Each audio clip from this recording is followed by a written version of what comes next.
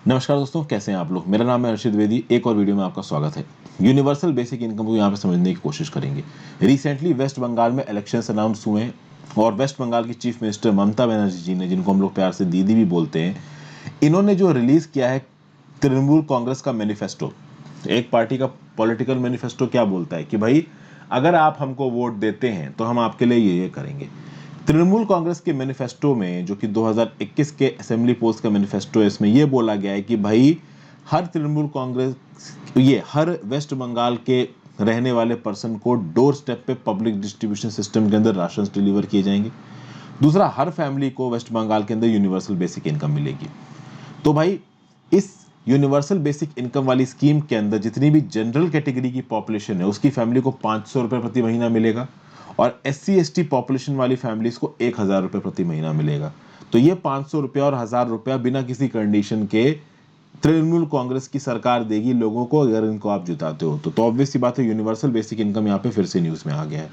Indian economy and issues related to planning general studies 3 में आपको काम आएगा। प्रीलिम्स में भी काम का है, गवर्नमेंट स्कीम्स है। और मेंस के लिए तो क्वेश्चन भी पहले पूछा गया है, universal basic income is a radical and compelling paradigm shift in thinking about both social justice and a productive economy, elaborate. तो इस प्रकार के क्वेश्चन सीधे सीधे यूनिवर्सल बेसिक इनकम से बन सकते हैं। यूनिवर्सल बेसिक इनकम के क्या क्या इंपॉर्टेंट कंपोनेंट्स हैं, क्या प्रॉस हैं, क्या कौन से यूनिवर्सल बेसिक इनकम के, अगर आप यूनिवर्सल बेसिक इनकम को सपोर्ट करते हो तो क्या क्या आर्गुमेंट्स इसके फेवर में दिए गए हैं और क्या आर्गुमेंट्स इसके अगेंस्ट है, क्या दलीलें इसके अगेंस्ट दी गई हैं। इंडिया में अगर आप यूनिवर्सल बेसिक इनकम को इम्प्लीमेंट करते हो तो चैलेंजेस क्या है हमारे सामने।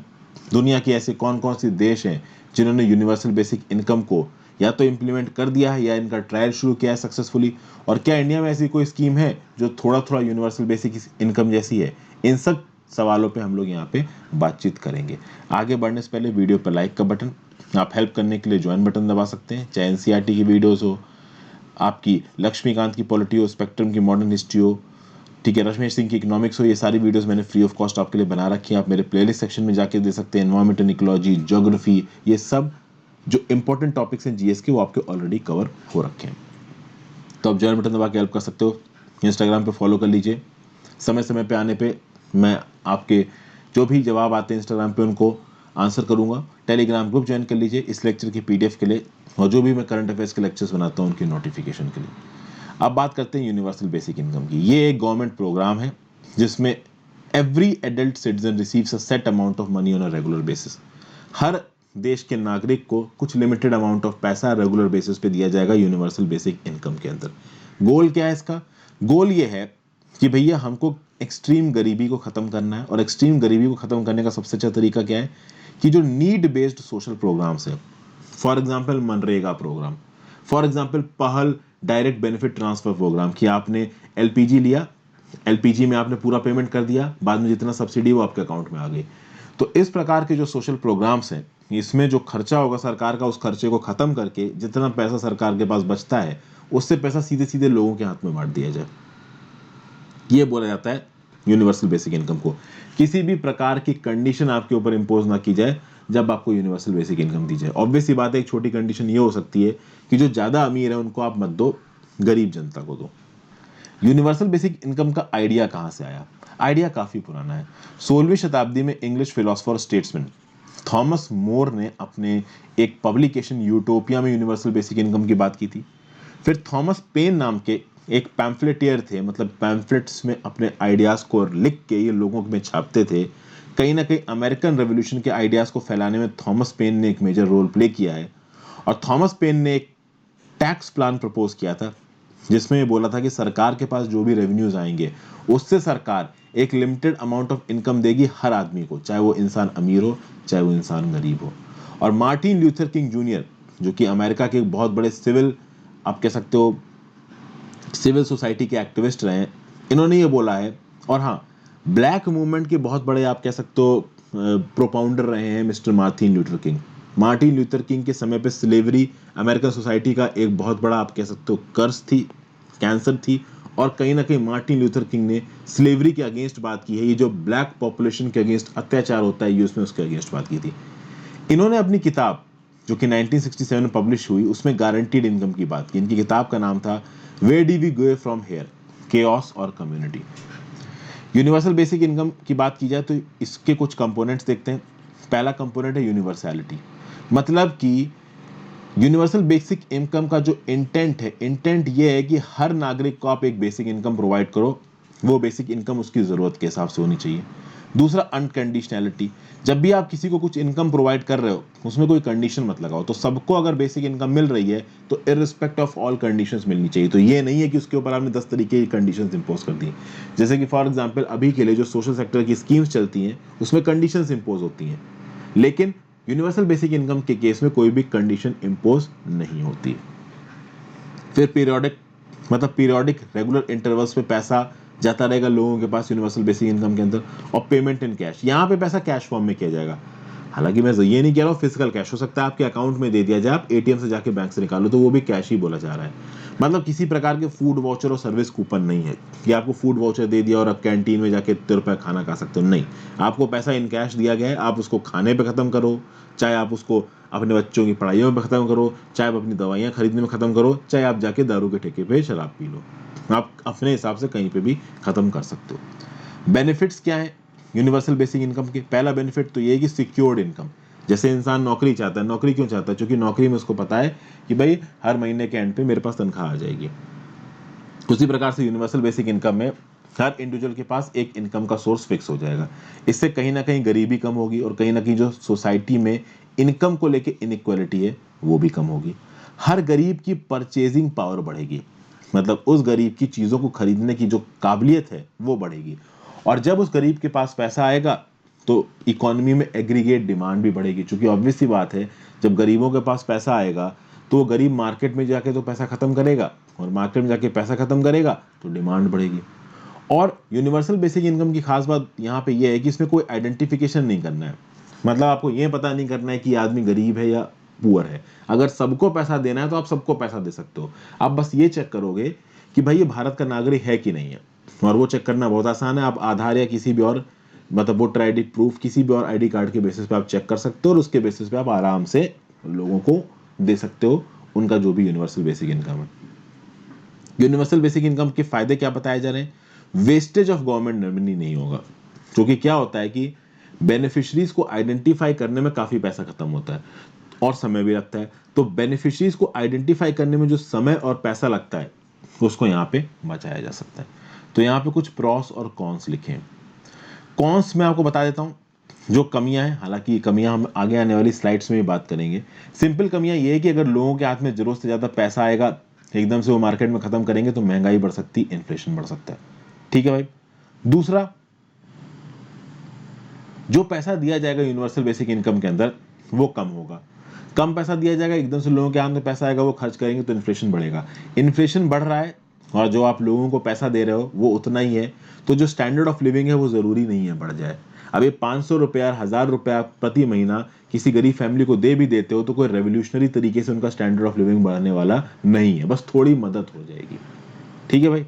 जो गरीब बहुत ज्यादा गरीब है उनके लिए देखिए, रिड्यूस प्रोग्राम में smaller payments would make a real difference to poverty stricken families. जो अल्ट्रा गरीब लोग हैं उनके लिए ज्यादा यहाँ पे काम में नहीं आने वाली स्कीम। वही बात है कि भाई एक तो इन्फ्लेशन बढ़ जाएगा तो रियल पैसे की वैल्यू कम हो जाएगी। दूसरा, जो बिल्कुल ही गरीब है उनके पास ये थोड़ा अमाउंट ऑफ पैसा मदद नहीं दे सकता। प्लस लोगों को आप फ्री में पैसा बांटोगे तो उनको लगेगा आप नौकरी करने की क्या जरूरत है, घर बैठे बैठा पैसा मिल ही रहा है। फिर भाई पैसे को मिसयूज हो सकता है कहीं ना कहीं।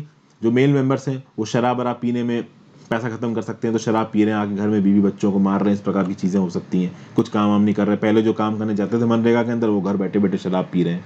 तो लेबर फोर्स पार्टिसिपेशन रेट भी यहाँ पे गिर सकता है, क्योंकि लोगों के हाथ में जब इनकम पहुंचेगी तो वो काम ही नहीं करेंगे, काम ही नहीं करेंगे तो लेबर फोर्स का जो पार्टिसिपेशन रेट इकोनॉमी में वो कम हो जाएगा। और हमारी इकोनॉमी का और दुनिया भर की इकोनॉमी का एक बहुत बड़ा तबका है जो कि फ्री में पैसे बांटने के अगेंस्ट बात करता है। प्रॉस क्या है कि भाई वर्कर्स को अच्छी नौकरियां, मतलब देखिए एक इंसान होता है उसके पास मान लीजिए एक डिग्री है, अब उस डिग्री की बेसिस पे नौकरी ढूंढने निकला, उसको नौकरी मिल नहीं रही, तो अगर उसके पास इंजीनियर की डिग्री तो हो सकता है वो चपरासी की नौकरी के लिए तैयार हो जाए, वो चीज़ नहीं होनी चाहिए। तो एक इंसान अच्छी नौकरी का इंतजार कर सके तो अगर उसको यूनिवर्सल बेसिक इनकम के अंदर बेसिक पैसा मिलेगा तो थोड़ा बहुत पैसा खत्म करके कुछ ना कुछ अपना खर्चा चला सकता है, जब तक उसको उसकी मन की नौकरी ना मिल जाए। ठीक है भाई। तो एक बच्चा जो पढ़ना चाहता है वो पढ़ाई करने जा सकता है, उसके घर वालों के ऊपर कंपल्शन नहीं होगा कि नहीं भाई तुमको काम करना है चूंकि घर का खर्च चलाना है। पॉवर्टी ट्रैप से बच जाएंगे लोग। जो ट्रेडिशनल वेलफेयर प्रोग्राम्स हैं उनसे ज़्यादा इफेक्टिव है। यहाँ पे टारगेटिंग बहुत अच्छी हो सकती है, मतलब कि आपको ये जाके आइडेंटिफाई नहीं करना है कि किसको पैसा देना है किसको पैसा नहीं देना है। तो जो ट्रेडिशनल वेलफेयर प्रोग्राम है उससे ज़्यादा आसान तरीके से इस प्रोग्राम को यहाँ पे इम्प्लीमेंट किया जा सकता है। ब्यूरोक्रेसी का इन्वॉल्वमेंट यहाँ पे मिनिमम होगा, तो करप्शन यहाँ पे कम होगा। फिर कुछ फैमिलीज, कुछ कंट्रीज जहाँ पे बर्थ रेट कम है, उनको फैमिलीज स्टार्ट करने के लिए हेल्प मिल जाएगी। हालांकि इंडिया के ऊपर लागू नहीं होता, इंडिया वाले बर्थ रेट में बहुत आगे हैं। और रिसेशनरी पीरियड के दौरान, जिस समय पे इकोनॉमिक एक्टिविटी कम है, लोगों के हाथ में पैसा कम है, इकोनॉमिक एक्टिविटी गिर रही है, जैसे कोरोना के पैंडेमिक में हुआ था, उस समय पे लोगों के हाथ में पैसा होगा तो कम से कम वो अपना राशन पानी तो खरीद ही लेंगे। यहाँ पे इकोनॉमिक सर्वे 2017 में कुछ आर्गुमेंट्स दिए गए in favour of universal basic income और कुछ आर्गुमेंट्स दिए गए अगेंस्ट यूनिवर्सल बेसिक इनकम। इन आर्गुमेंट्स को देखते हैं। पहला argument in favour of universal basic income कि भाई देखिए, पॉवर्टी और वल्नरेबिलिटी जरूर कम होगी। दूसरी बात कि भाई इन काइंड ट्रांसफर से अच्छे कहीं ना कहीं देखिए, and universal basic income treats beneficiaries as agents and interest citizens with the responsibility of using welfare spending as they see best. This may not the case with in kind transfer. क्या होता है कि जब सरकारें scheme बनाती है तो scheme में सरकारें डिसाइड करती हैं कि भाई कौन से फील्ड में सिटीजंस की मदद करनी है, कौन से फील्ड में मदद नहीं करनी है। यूनिवर्सल बेसिक इनकम में क्या होगी कि सरकार लोगों को पैसा दे देगी और लोगों के ऊपर छोड़ देगी कि भाई आपको कहाँ पे इस पैसे को इस्तेमाल करना है, कहाँ नहीं इस्तेमाल करना है। तो यहाँ पे वेलफेयर का जो पूरा का पूरा जिम्मेदारी है वो पर्टिकुलर सरकार लोगों के हाथ में दे रही है। ठीक है। फिर नेक्स्ट है बेटर टारगेटिंग ऑफ पुअर। देखिए बात यहाँ पे ये है कि सारे इंडिविजुअल्स यहाँ पे टारगेटेड हैं। ऑब्वियसली बात है, यहाँ पे एक्सक्लूजन एरर पुअर का 0 होगा। अब आपको ये पता है कि भाई सारे गरीब लोगों के अंदर पैसा बांटना है, तो वहां पे तो आप पूरा का पूरा पैसा बांट ही दोगे। हाँ, अमीरों में कौन कितना अमीर है और कौन कितना कम अमीर है, इसके बेसिस पे थोड़ा बहुत एक्सक्लूजन एरर आ सकता है या इंक्लूजन एरर आ सकता है। कि हो सकता है कि भाई एक पर्टिकुलर अमीर आदमी बहुत अमीर है और उसको आपने यूनिवर्सल बेसिक इनकम का बेनिफिट दे दिया जबकि उसको नहीं मिलना चाहिए था। तो यूनिवर्सल बेसिक इनकम में इंक्लूजन एरर आ सकता है अमीरों का, लेकिन गरीबों का एक्सक्लूजन एरर नहीं आएगा क्योंकि यहां सारे गरीबों में पैसे बांटने हैं। फिर बात की जाए इंश्योरेंस अगेंस्ट शॉक। देखिए इस प्रकार की इनकम मिलेगी तो एकदम से मान लीजिए कोई फाइनेंशियल शॉक आता है किसी पुअर के सामने, एकदम से उसको दवाइयों की जरूरत है, पैसों की जरूरत है, हेल्थ के फील्ड में घर में कुछ प्रॉब्लम हो गई, तो रेगुलरली अगर उसके पास कुछ पैसा आ रहा है तो इस शॉक्स को ये लोग झेल पाएंगे। फिर फाइनेंशियल इंक्लूजन में इन्वेस्टमेंट होगा, मतलब फाइनेंशियल इंक्लूजन कहीं ना कहीं देश में बढ़ेगा। देखिए सीधी सीधी बात यहाँ पे है, एक बार यूनिवर्सल बेसिक इनकम इंप्लीमेंट हुआ तो भाई उस यूनिवर्सल बेसिक इनकम का पैसा मोस्ट प्रॉब्ली बैंक अकाउंटों में जाएगा। बैंक अकाउंटों में जाएगा तो ज्यादातर लोग जो देश के हैं वो बैंक अकाउंट खुलवाने के लिए दौड़ेंगे, तो बैंकों के ऊपर भी रिस्पॉन्सिबिलिटी आएगी और लोगों के ऊपर भी रिस्पॉन्सिबिलिटी आएगी। कहीं ना कहीं फाइनेंशियल इंक्लूजन जुड़ेगा, आप बैंकों के ब्रैकेट में पहुंचोगे। बैंकिंग करस्पॉन्डेंस जो कि गांव में जाके लोगों के साथ काम करते हैं उनका प्रॉफिट बढ़ेगा। Financial inclusion as a whole इस यूनिवर्सल बेसिक इनकम से शुरुआत में बढ़ेगा। ठीक है भाई। उसके बाद साइकोलॉजिकल बेनिफिट्स, आपके दिमाग में टेंशन नहीं रहेगा कि भाई डेली बेसिस पे खर्चा चलाने के लिए मेरे पास पैसे हैं या नहीं है। और एडमिनिस्ट्रेटिव एफिशिएंसी, जो अलग अलग सरकारी स्कीम्स चलाने में आइडेंटिफिकेशन के लिए, इंप्लीमेंटेशन के लिए अलग से पैसा खत्म करना पड़ता है, वो पैसा यहाँ पे खत्म नहीं करना पड़ेगा। अगेंस्ट आर्गुमेंट्स देखते हैं। अगेंस्ट आर्गुमेंट्स ये हैं कि इस प्रकार का यूनिवर्सल बेसिक इनकम का जब पैसा जाएगा घरों में, तो जो घर के मेल मेंबर्स हैं उनके हाथ में ज्यादातर ओनरशिप जाएगी और ये मेल मेंबर्स वेस्टफुल एक्टिविटीज पे पैसे को खत्म कर सकते हैं, जो कि सही नहीं है। फिर मॉरल हजार्ड होता ही है कि जब इस प्रकार का फ्री का पैसा आपके पास आने लगेगा तो आपको लगेगा जब फ्री का पैसा आ रहा है तो हम काम क्यों करें। तो बहुत सारे लोग लेबर मार्केट से निकल जाएंगे, जिससे इकोनॉमी की प्रोडक्टिविटी थोड़ी कम हो सकती है, क्योंकि जो लोग पहले काम कर रहे थे, प्रोडक्टिव लेबर कर रहे थे, वो घर बैठ गए यूनिवर्सल बेसिक इनकम के चलते। दूसरी प्रॉब्लम ये है। तीसरा, gender disparity induced by cash. यही बात बोली जा रही है कि यहाँ पे एक घर के अंदर पैसा यूनिवर्सल बेसिक इनकम का हो सकता है कि मेल मेंबर के फेवर में ज्यादा खत्म किया जाए और फीमेल मेंबर के फेवर में कम खत्म किया जाए। जो इन काइंड ट्रांसफर्स होते हैं या जो गवर्नमेंटल स्कीम्स होती हैं वो हो सकता है सीधे सीधे वुमेन के लिए टारगेटेड ना, तो बेनिफिट वुमेन के पास ही जाएंगे, मेल नहीं ले सकता। लेकिन यूनिवर्सल बेसिक इनकम में तो पैसा आ रहा है और हाउस होल्ड्स के अंदर जहाँ पे जेंडर डिस्पैरिटी है वहां पे जेंडर डिस्पैरिटी और बढ़ जाएगी। सारा का सारा पैसा मेल्स अपने पास रख लेंगे, फीमेल्स के हाथ में ठेंगा जाएगा। फिर आगे बात की जाए कि भाई अभी के लिए जो फाइनेंशियल एक्सेस का स्टेटस है हमारी इकोनॉमी में वो उतना अच्छा है नहीं। बैंकिंग सेक्टर पे एकदम से प्रेशर पड़ेगा, क्योंकि बात ये है कि जो बैंकर्स हैं डिमोनेटाइजेशन के समय तो उनके रोने के हालात आ ही गए थे, और बढ़ सकते हैं यहाँ पे, क्योंकि एकदम से उनके ऊपर प्रेशर आएगा कि सबका अकाउंट खोलना है, क्योंकि सबके पास पैसे पहुंचाने हैं, तो बैंकों के ऊपर इमीडिएट स्ट्रेस आएगा। ठीक है, ये इमीडिएट स्ट्रेस भी सही नहीं है। दूसरा फिजिकल कॉस्ट, भाई बहुत पैसा खत्म करना पड़ेगा यहाँ पे। प्लस एक बार आपने यूनिवर्सल बेसिक इनकम को इंप्लीमेंट किया, मान लो यूनिवर्सल बेसिक इनकम चल नहीं रही, फेल हो गई, तो जिस सरकार ने भी इसको इंप्लीमेंट किया वो जल्दी इसको बैक ट्रैक नहीं करेगी। वो बोलेगी कि भाई अब जो इंप्लीमेंट करी हुई चीज सरकार को बैक ट्रैक करनी पड़ जाए, मतलब सरकार का फेलियर हो गया उस इनकम को, उस स्कीम को इंप्लीमेंट करने में। तो कोई सरकार जल्दी फेलियर लेने को तैयार नहीं होगी। एक बार यूबीआई को आपने इंप्लीमेंट कर दिया, वेलफेयर स्कीम है, तो उसको बैक ट्रैक करना मुश्किल होगा।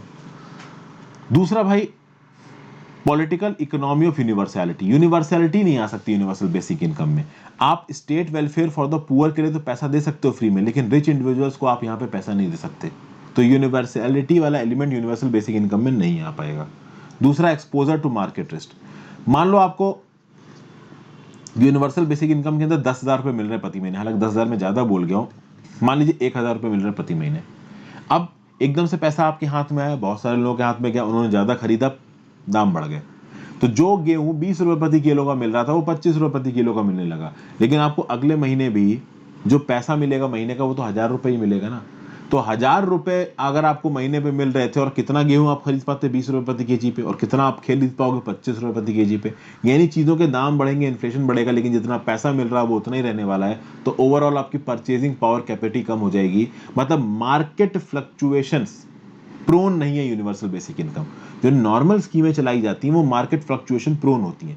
फूड, अब जैसे फॉर एग्जांपल मैं आपको एक बात बताता हूँ, जो पब्लिक डिस्ट्रीब्यूशन सिस्टम के थ्रू फेयर प्राइस शॉप्स में जो स्कीम में जो अनाज बांटे जाते हैं लोगों को, आपने नाम सुना होगा नेशनल फूड सिक्योरिटी एक्ट 2013, उसमें 1 रुपए प्रति केजी, 2 रुपए प्रति केजी, 3 रुपए प्रति केजी पे गेहूं चावल जैसी चीजें आपको मिलती हैं।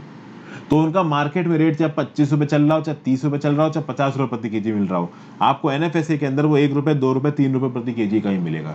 ये चीज यूबीआई में नहीं हो पाएगी, क्योंकि यूबीआई में आपको मार्केट रेट पे करना पड़ेगा, और मार्केट रेट अगर ज्यादा हो गया है, फ्लक्चुएशन हो गया है, तो इफेक्टिवली आपकी जेब में जो पैसा आ रहा है वो कम हो जाएगा। अब बात करते हैं यूनिवर्सल बेसिक इंडिया को अगर आप इंडिया में इंप्लीमेंट करो तो क्या प्रॉब्लम है। भाई इंडिया की डेमोग्राफी बहुत बड़ी है, इंडिया की पॉपुलेशन बहुत ज़्यादा है, और इतनी बड़ी पॉपुलेशन को यूनिवर्सल बेसिक इनकम देना मजाक नहीं है।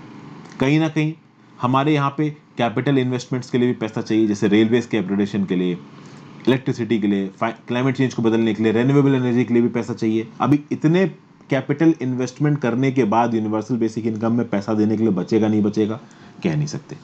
फिर ज्योग्राफिकल चैलेंज भी बहुत बड़ा है। देखिए मार्केट एक्सेस इंडिया में अनइक्वली डिस्ट्रीब्यूटेड है, अर्बन सेंटर्स को आप रूरल सेंटर से कंपेयर नहीं कर सकते, और इंडिया में तो अलग अलग ज्योग्राफिकल लैंडफॉर्म्स है, हिल्स, डिजर्ट्स, प्लेन्स। अब ये बताना ज़्यादा मुश्किल नहीं है कि केरला के कोस्ट में और शिमला के पीछे आगे जाके जो गांव पड़ता है वहां में बहुत फर्क है। ओके, और इन दोनों जगहों पे मार्केट एक्सेस आप यूनिफॉर्म नहीं बोल सकते, और ना आप ये बोल सकते हो कि भाई इसको इतना यूनिवर्सल बेसिक दे दो, इसको इतना दे दो तो इनका काम बन जाएगा, नहीं बनेगा। अगर आप सिर्फ इनकम ट्रांसफर कर दे रहे हो अलग अलग ज्योग्राफी पे रहने वाले लोगों के, और ये सोच रहे कि उनकी बेसिक जरूरतें पूरी हो जाएंगी, नहीं होगी, क्योंकि बेसिक जरूरतों को पूरा करने के लिए वहां उन बेसिक जरूरतों का होना भी जरूरी है। और यहाँ पे डिलीवरी ऑफ सर्विसेज वाला एलिमेंट मिसिंग है। जब भी कोई एजुकेशन प्रोग्राम चलाया जाता है, फूड में चलाया जाता है, तो वहाँ पे डिलीवरी ऑफ सर्विसेज भी देखती है सरकार। यहाँ पे सिर्फ पैसा दे देगी और सरकार बाय बाय कर लेगी, जो कि लॉन्ग टर्म में सही नहीं है। मॉरल चैलेंज भी है, फ्री में पैसा बांटना के अगेंस्ट थे हमेशा से गांधी जी। गांधी जी ने बोला कि उस इंसान को खाना नहीं मिलना चाहिए, और ना ही किसी इंसान को ऐसे खाना लेना चाहिए जो खाना फ्री में मिल रहा हो। समझ गए। उसके बाद acceptance challenge, universality principle will be seen as unjust to poor as payment will be more to those who are rich. ये बात मैंने आपको पहले ही बताई कि अगर गरीब और अमीर को आप बराबर पैसा दे रहे हो तो ये काहे बात का इंसाफ हुआ भाई। अमीर को भी आप उतना पैसा दे रहे हो, गरीब को भी उतना पैसा दे रहे हो, ये चीज़ सही नहीं है।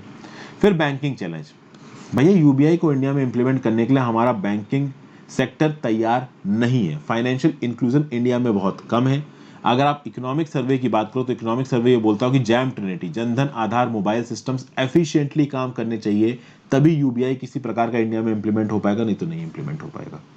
और फेडरल चैलेंज, भाई इस यूबीआई में स्टेट की सरकार कितना पैसा देगी, केंद्र की सरकार कितना पैसा देगी, ये आपस में कितना लड़ेंगे, इस बारे में तो कोई क्लैरिटी है ही नहीं। देखा जाए दुनिया में कौन कौन सी कंट्रीज ने इस प्रकार के प्लान्स को इंप्लीमेंट किया है, तो नामीबिया में भी एक ऐसा ही पायलट प्रोजेक्ट शुरू हुआ था बेसिक इनकम ग्रांट का, नामीबियन विलेज ऑफ ओदचिजोवेरी एंड ओमितारा में। पता चला बाद में कि इस प्रोजेक्ट के बाद चाइल्ड माल न्यूट्रिशन इन इलाकों में बहुत कम हुआ और इन इलाकों में स्कूल अटेंडेंस बढ़ी, कहीं ना कहीं कम्युनिटी की इनकम भी बढ़ी। तो बेसिकली अगर आप देखो तो नामीबिया में ये जो ओतजी वेरो और ओमितारा नाम के जो विलेजेस हैं, यहाँ पे जब यूनिवर्सल बेसिक इनकम वाली स्कीम को इम्प्लीमेंट किया गया तो बड़े पॉजिटिव इंडिकेटर्स देखने को मिले। इस प्रकार के एक्सपेरिमेंट्स फिनलैंड में भी हुए थे जनवरी 2017 में। कनाडा की जो सरकार है, बेसिकली ऑन्टेरियो की जो सरकार है, ऑन्टेरियो नाम की जो प्रोविंस है कनाडा की, वहाँ पे भी एक प्लान को टेस्ट करने की बात की गई थी, अनकंडीशनल इनकम गारंटी। और यहाँ पे भी 3 एरियाज ऑफ द प्रोविंस में पार्टिसिपेंट्स को एनरोल किया गया और बोला गया कि 3 साल तक इनको गारंटीड इनकम दी जाएगी। 3 साल के बाद मालूम पड़ेगा कि भाई एक्चुअल रिजल्ट क्या निकल के आ रहा है। उसी प्रकार से नीदरलैंड्स और स्पेन जैसी कंट्रीज में भी कुछ हद तक एंटी पॉवर्टी प्रोग्राम्स के बजाय यूनिवर्सल बेसिक इनकम को चला के टेस्ट किया जा रहा है कि भाई क्या ये एंटी पॉवर्टी प्रोग्राम से ज़्यादा बेनिफिशियल है। इंडिया में बात की जाए तो आप कह सकते हो कि बहुत ही डाइल्यूटेड फॉर्म में इंप्लीमेंट किया गया है यूबीआई का कंसेप्ट इंडिया में। जैसे कि फॉर एग्जांपल जैसे national old age pension scheme, ये एक कैश ट्रांसफर स्कीम है जो कि भाई ओल्ड एज इनकम के सपोर्ट की दी जाती है उन बूढ़े लोगों को जो कि पॉवर्टी लाइन के नीचे आते हैं। उसी प्रकार से Indira Gandhi national widow pension scheme, Indira Gandhi national disability pension scheme, Rythu Bandhu scheme है। ये ऋतु बंधु स्कीम तेलंगाना में इंट्रोड्यूस की गई है। तेलंगाना में ऑल लैंड ओनिंग फार्मर्स को, जिनके पास भी जमीन है, उनको फाइनेंशियल असिस्टेंस दिया जाएगा हर सीजन में 4,000 रुपए प्रति एकड़ का। तो एक प्रकार की आप कह सकते हो यूबीआई का कंसेप्ट एग्रीकल्चर में। डीबीटी स्कीम लाइक पहल, तो पहल में भी, हालांकि पहल स्कीम में जो एलपीजी सब्सिडी है, जो लोग सालाना 10 लाख रुपए से ज़्यादा कमाते हैं उनको नहीं दी जाती है। लेकिन ये जो पहल नाम की स्कीम है, इसमें क्या है कि 10 लाख रुपए तक कमाने वाले जो लोग हैं वो भाई एलपीजी सब्सिडी, मतलब एलपीजी के सिलेंडर खरीद लें मार्केट रेट में और बाद में जितनी सब्सिडी है वो उनके अकाउंट में ट्रांसफर कर दी जाएगी। इंडिया में सेवा नाम का एक ऑर्गेनाइजेशन है जिसको बोलते हैं सेल्फ एम्प्लॉयड वुमेन्स एसोसिएशन। इसको यूनिसेफ से सपोर्ट मिला और इसने भी एक कैश ट्रांसफर पायलट प्रोजेक्ट चलाया रूरल विलेजेस में। इस कैश ट्रांसफर पायलट प्रोजेक्ट से पता चला कि भाई न्यूट्रिशन, हेल्थ, एजुकेशन और हाउसिंग इंफ्रास्ट्रक्चर, इकोनॉमिक एक्टिविटी में पॉजिटिव रिजल्ट्स देखने को मिले हैं। कुल मिला के कहीं ना कहीं यूनिवर्सल बेसिक कॉन्सेप्ट को बिल्कुल यूनिवर्सैलिटी में तो नहीं बट कुछ एक्सेप्शंस के साथ जरूर इंडिया में इंप्लीमेंट किया जा सकता है। हालांकि नुकसान भी होंगे ही होंगे। हम $5 ट्रिलियन की इकोनॉमी बनने की कोशिश कर रहे हैं, तो लेबर पार्टिसिपेशन रेट गिरने के चांसेस है यूनिवर्सल बेसिक इनकम को। अगर किसी भी फैमिली को फ्री में पैसा देने लगोगे तो एक बार को उनको लगेगा कि क्यों गधा मजदूरी करें, जब पैसा मिल रहा है तो घर पे बैठो। और गांधी जी का जो सिद्धांत है उसके अगेंस्ट जाता है। गांधी जी ने बोला है कि भाई मिसप्लेस्ड चैरिटी। गांधी जी के समय पे जब हमको आज़ादी नहीं मिली थी तो बहुत सारे लोग भोज करवाते थे और फ्री में खाना खिलवाते थे। भोज करवाने वाले लोग बोलते थे कि भाई देखो हम बहुत बड़ा काम करवा रहे हैं, खाने वाले लोग खुश हो जाते थे, उनको दुआएं देते थे। गांधी जी ने बोला ये सब क्या तुमने चला रखा है, ये जो मिसप्लेस्ड चैरिटी है ना, ये बिल्कुल बेकार है।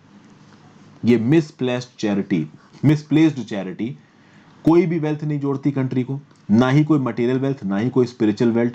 ये मेरिटोरियसनेस दिखाती है डोनर की, बट ये कोई मेरिटोरियसनेस नहीं है। कहीं ना कहीं हमारे देश के लोगों को मेहनत करके अपना पैसा कमाना चाहिए, अगर कोई मेहनत नहीं तो कोई खाना नहीं। ये गांधी जी का सिद्धांत था। तो यूनिवर्सल बेसिक इनकम जैसी चीज़ों के, फ्री में चीज़ें मिलने वाली चीज़ों के बिल्कुल अगेंस्ट थे गांधी जी, और कहीं ना कहीं यही कंसेप्ट हमको भी लेके चलना चाहिए। So thank you for watching friends. ये था यूनिवर्सल बेसिक इनकम का पूरा एनालिसिस। वीडियो को लाइक और शेयर जरूर कर देना, चैनल को सब्सक्राइब किए बिना मत जाना। Good bye.